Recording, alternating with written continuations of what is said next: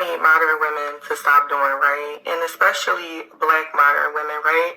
So women in general, but especially black modern women, will get on the internet and they're talking about how there's a shortage of masculine men or masculine black men, right? And they'll get online and they'll talk about it's a shortage and, what does it take to get a real man? I'm tired of being a leader and all this other stuff. I'm tired of having to tell my man what to do. But my thing is, you chose that man. You chose that better man. You chose that man that you could step all over. You chose to be with the man that you don't honor and respect. And you know why you chose that man? Because a lot of modern women have an issue, especially black women. It's called control. Y'all want to be in control of every single thing. So control and submission, it doesn't really align, sweetheart. If you want to be in control, then you can't pray for a masculine man, because a masculine man is going to put you in your place every single time, as he should. Because a masculine man has a vision, he has a plan, he has goals that he's very much trying to get to, and he does not have time for a woman that's going to be combative and pretty much take him off of his trajectory of meeting his goals, because she does not want to get in line and get on board with what the man is trying to do. So with that being said, it's not that it's a shortage of masculine men. It's y'all women. It's y'all women. Y'all choose men that y'all can step all over because y'all want to be in control. And in reality, y'all want to be the man in the relationship. And then when that happens and you have to take on all that responsibility, then you want to cry. Stop the cap and get it together. Nobody cares about your tears. If you want a masculine man, then learn how to be respectful. Learn how to take heed to what a man says. And I'm going to need y'all to get it together and stop the cap for sure. Broke man. Broke man? Does it matter what the amount of money they make or just have a job? At least $100K a year. $100,000? $100K. Your baby daddy made $100K? A year? Yeah. Yeah. Let's do the Kendra can. Okay. All right. Woo, woo, woo, woo. We see you, girl. Fuck no. Here's another one with swollen kneecaps, sloppy red edges, badly out of shape. But she want herself a $100,000 man. Here's the move, ma'am. Go back to your baby daddy that makes 6 figures. Generously give him fellatio. Tell him you're sorry. Be a good girl. And you need to do it for the kids. All 3 of them by the same man. You're welcome. What's your deal breaker? 7 kids. Yeah. You gave birth to 7 kids. With the ring. Yes. You're 33 years old. Yes. By how many men? 1. Why are you not with that man? Right. Are you with him? You're married? No, I'm engaged to a different person. Okay. You have 7 kids by somebody else and you're engaged. So why are you calling me? Because my engagement is going left instead of right. What are your kids' ages? 14 to 1. Give me all the ages, honey. All of them. 14, 12, 11, 8, 7, 5, and 1. Wait a minute, you have a 1-year-old? And all these kids are by the same man. You can say that. No, I want to know Amina, honey, I don't got time to play these grown-ass games with you, okay? So you have 7 kids. Are they all by the same man or not? Some of them are. How many men do you have kids by? Disgusting. 5. So how did you tell me all your kids were by one man?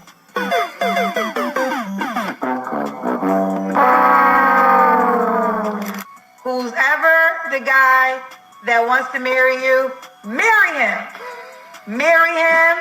Don't let him out your sight. Right. Work it out. Girl, you hit the jackpot. I don't know anything about this man. What Kendra Samuels is trying to tell you is that you are lucky to have a ring on your finger. I don't know what in the simp is going on here, but apparently, ma'am, you struck gold with a chest tattoo, double nose piercing, 7 kids with a Big Shirley frame. I got more to say, but I'm gonna let Kendra cook just for a little bit longer. But if he can inhale and exhale, I don't even care if Trap he can't him. walk. If he Lock don't him care, down. you marry that man, girl. You marry him. Don't play no games with that man that gave you that ring. Don't play not one game. Matter of fact, trap him in the house. Trap him in the house. Don't let him leave. Just in case he leave and don't come back, get him a job. Get him a work at home job. Matter of fact, Amina, hear me clear. I don't know what he do for a living, but give him a job where he got to stay in the house and do. Because if he leave the house, he might not come back. It's hilarious watching the spirit of Kevin creeping up into Kendra, finally saying something other than pandering to these women to help them understand their dire situations. I can only imagine that Jabba the Nut over here is collecting children like Thanos collects Infinity Stones because of those healthy child support checks. You really have 7 kids? You said you'd take it out this morning. Oh, and what about last week? You forgot to do the dishes. You're not perfect either. You're right, I'm not perfect. I did forget the dishes last week, and I owned up to it. You just act like you're perfect. I make mistakes too. The difference is, I don't avoid them by bringing up yours. I face them. Because that's how things get better. Whatever, Arlo. When we deflect, nothing changes. The problem stays the same, and the blame just circles around until we're both tired. I just don't like you pointing out every little thing I do wrong. I don't point it out to tear you down. I point it out because we can't fix what we won't admit. Accountability is being honest with yourself and your loved one, not about being perfect. Hey, love, the bin's still here. You said you'd take...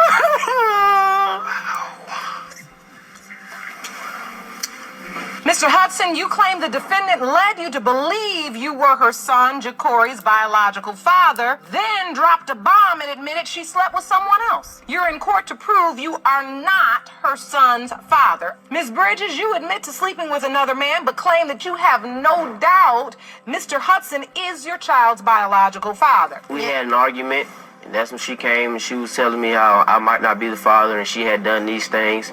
But I paid no attention to them because I'm the father. I'm supposed to be the father. I'm here. You cheated with Mr. Davis, am I correct? Yes, Your Honor. Even though you cheated, Ms. Bridges, you say, I did it. I did it. Yes.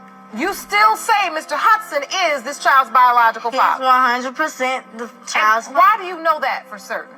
Because I just know he's the father of my child. Mr. Davis, thank you for joining us today. Do you believe you're Ja'Cory's biological father?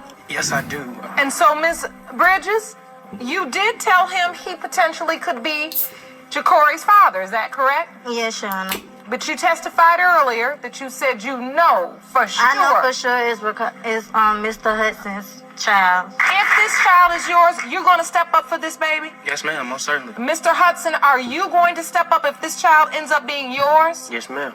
These results were prepared by DNA Diagnostics, and they read as follows. In the case of Hudson versus Bridges, Mr. Hudson, you are not his father.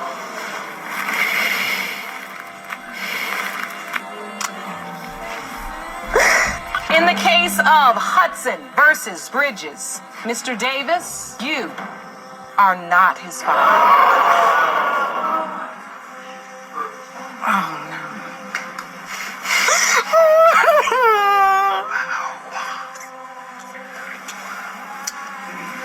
Neither one of them. This courtroom is in shock. This is not what anyone expected today.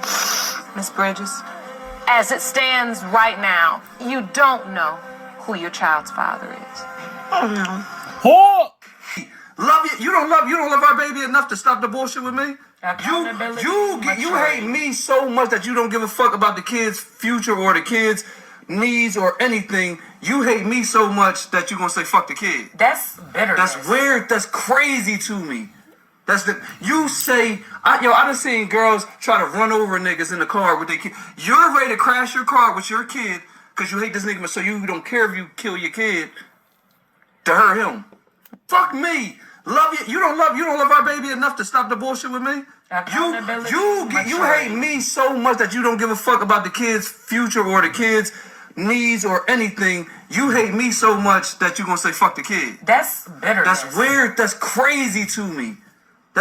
You say, I done seen girls try to run over niggas in the car with their kids. You're ready to crash your car. Came up to us and we shook hands, and it was the first time I ever touched a black person. So what brings you guys out here? Just to, see the beach. Heard it's nice. Pennsylvania. I think they were awesome. Like, they were interested in where we're from and what we're doing, and Yeah, they were cute little black guys. You guys kosher? You guys Jewish, right? No, we're Amish. Amish. Oh. For most Amish people, a white girl should not date a black guy. My mom actually said that. That you don't see one kind of birds hooking up with another kind of birds. I'm like, yeah, that's true. These two black guys came up to us. We're honest to ourselves. When we had our polygamous fathers and our forefathers, what wrong did they do? What crime did they commit? And why did we term it as a crime now? If there was no crime they committed, and we were born out of those families, and we excelled, why not go there? If that is where we are going to get the solution.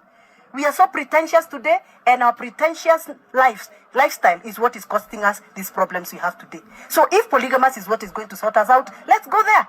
We interact with the members of parliament in parliament who openly talk about their 4 wives, their 5 wives, and they are okay. To be honest to ourselves. When we had our polygamous fathers,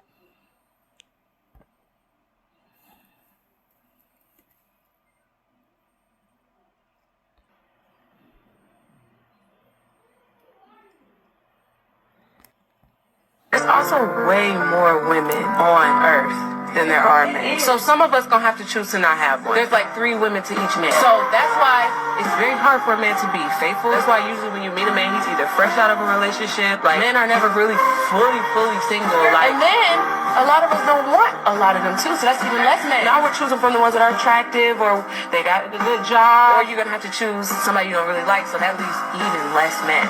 So now women are competing for like these select few men, and that's why a lot of men cheat. There's so many to choose from. You always hear that like men don't have options, but at the same time I'm always hearing like the ugliest dude ever, like, oh, he cheated on me with like, and it's like 2 girls that are so beautiful, and it's like, how is this happening? It's happening every day because female desperation is a thing too. Like when you've been alone for a long time and like you haven't learned how to love on yourself as a woman, sometimes you just start to accept a lot less, like just for love. That's why you gotta, when you're alone, you have to be cultivating yourself, or you're gonna go for like whatever. There's also way more. And let me just say this. Some men need, want, and deserve 2 or 3 wives, and there's nothing wrong with that. That's it. Have a good... And let me just... Statistics, USA alone has 7.8 million females more than male. There are more than 25 million gays in America, in USA. And Allah subhanahu wa ta'ala knows alone how many millions of females are there, more than males throughout the world. And suppose my sister happens to live in America with the Western philosophy that one man should only marry one woman. And suppose the market is saturated, that every man has already taken a woman for himself. Yet there will be 30 million females who will not find life partners. 7.8 million as it is the excess, and the 25 million gays if you add it to them. If she can find a man who's not married, alhamdulillah, grab him. Now the only option remaining, that she either marries a man who already has a wife, or she becomes public property. Do people say public property? Such a harsh word. You know, in the Western world, it's very common. People have mistresses, very common. And any modest woman would say she would prefer the first, becoming the wife of a man who already has. Polygamy done right heals the trauma of separation. No more broken homes. No more competition between women for one man's attention. No more spiritual orphans. Instead, unity consciousness returns. Women become sisters, not rivals. Men step up as leaders, not abandoners. In essence, polygamy, when sacred, is a divine technology. It's not about numbers. It's about legacy, unity, healing, and spiritual nationhood. It honors the Black woman by giving her community protection, purpose, and a legacy that's eternal. Polygamy done right heals.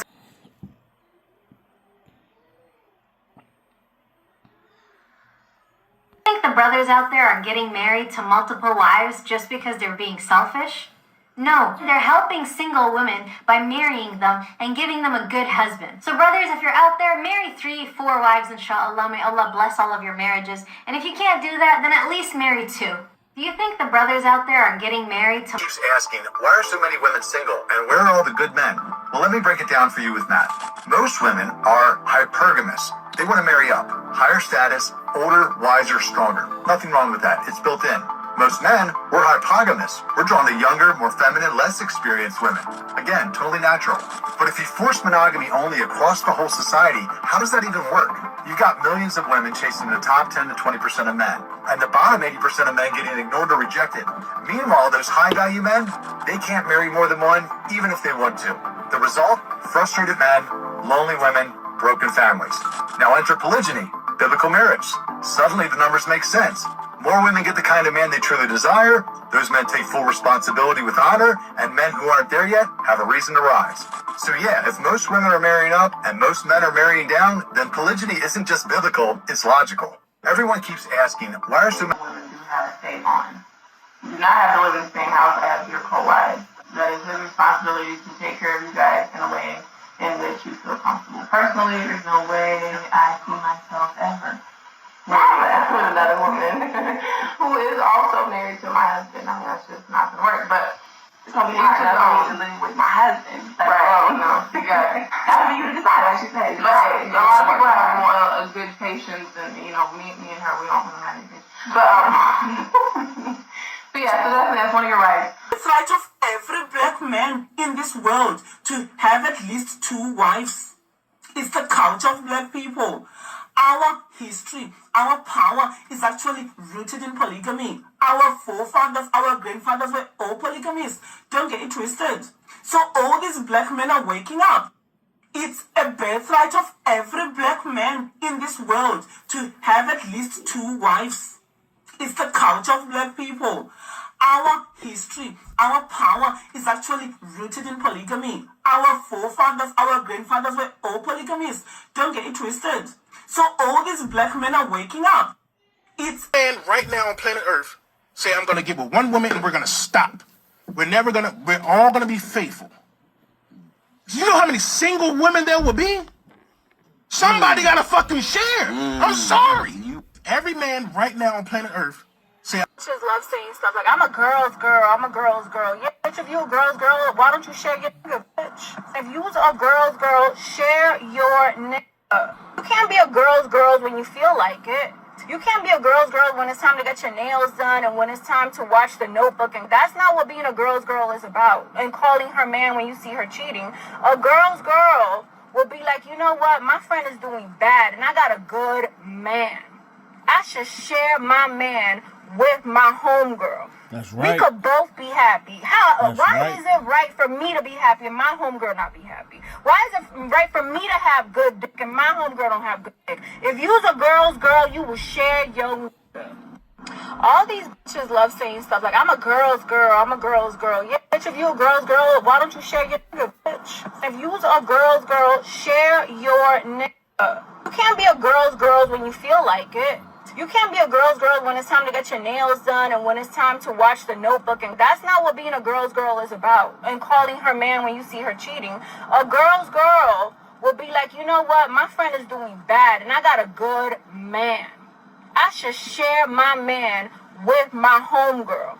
We could both be happy. Why is it right for me to be happy and my homegirl not be happy? Why is it right for me to have good dick and my homegirl don't have good dick? If you's a girl's girl, you will share your relationship, right? Probably not for everybody, because a lot of y'all have control issues.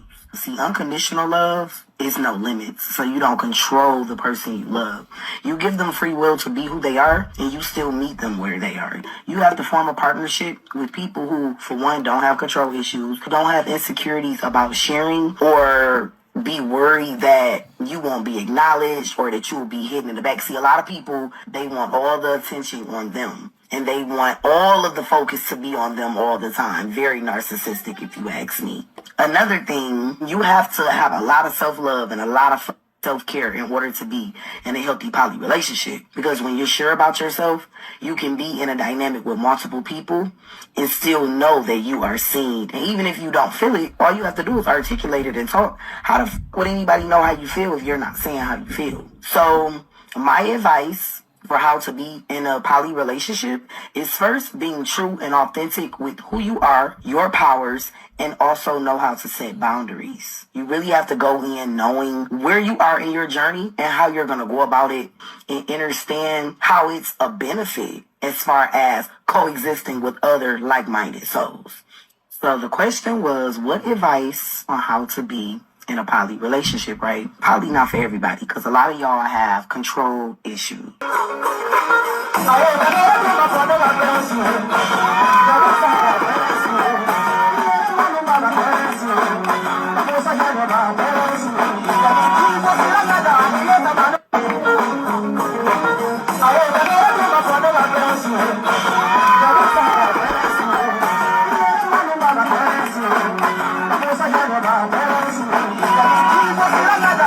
I said it. One can be in charge of cooking, one can be in charge of cleaning, one can be in charge of the kids, the finances.